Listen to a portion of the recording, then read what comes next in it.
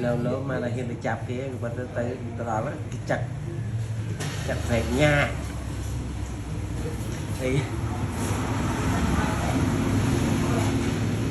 đây rồi đấy thì ai nè toàn bao từ lâu kia này nông thôn không đào đó mạnh